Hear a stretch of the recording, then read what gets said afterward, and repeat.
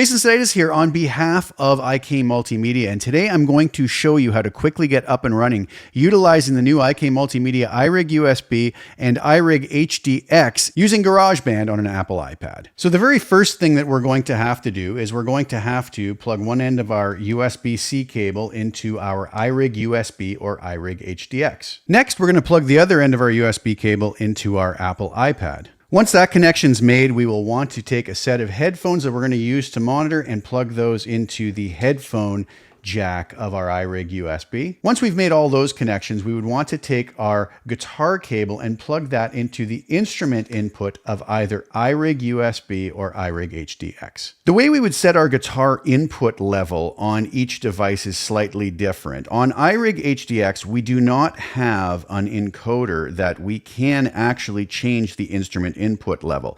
The instrument input level, in the case of iRig HDX, would have to be made inside the host software, whether that be your DAW, Tonex, or Amplitube app. In the case of iRig USB, our encoder actually does act as our instrument level control. So we would want to turn our instrument level up to the appropriate level that we would be used to working with. After that, we should be ready to go. So now that we have our iRig all set up, what we want to do is head over to our iPad and open up GarageBand. And here we have our page where we can create a new project. I'm going to hit the little plus at the top. We want to actually just come over to where it says audio recorder. I'm going to hit instrument. So it'll take you here to this little page where we can go between studio and fun, but we don't actually want this view. I'm going to come right out of this view.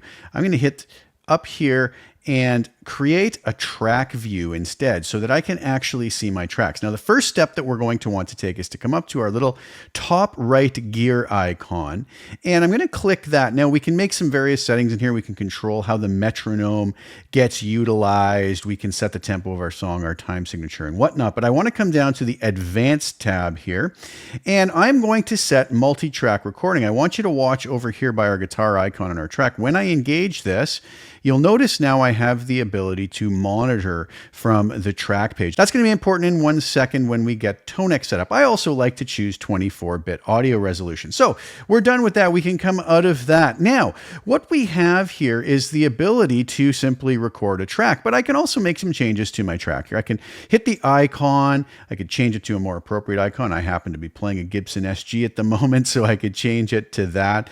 Looks a little nicer. And I can also rename my track to something that's going to make more sense. Let's do this. Let's call it Guitar 1, and I think we'll be happier with that.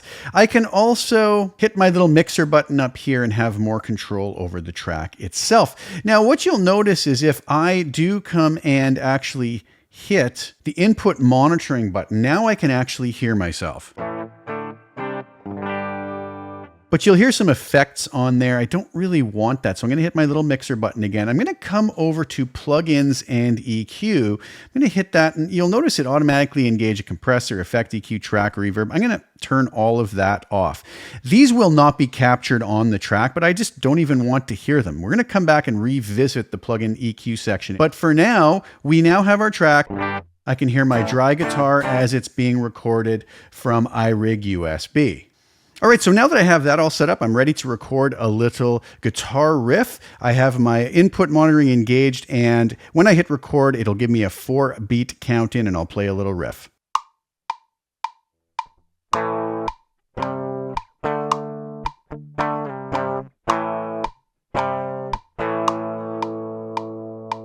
All right, so there we have it. I can now go back to my track view, and we will see that we have our audio here. I could click that 2 times, and I could hit loop so that it just loops for me.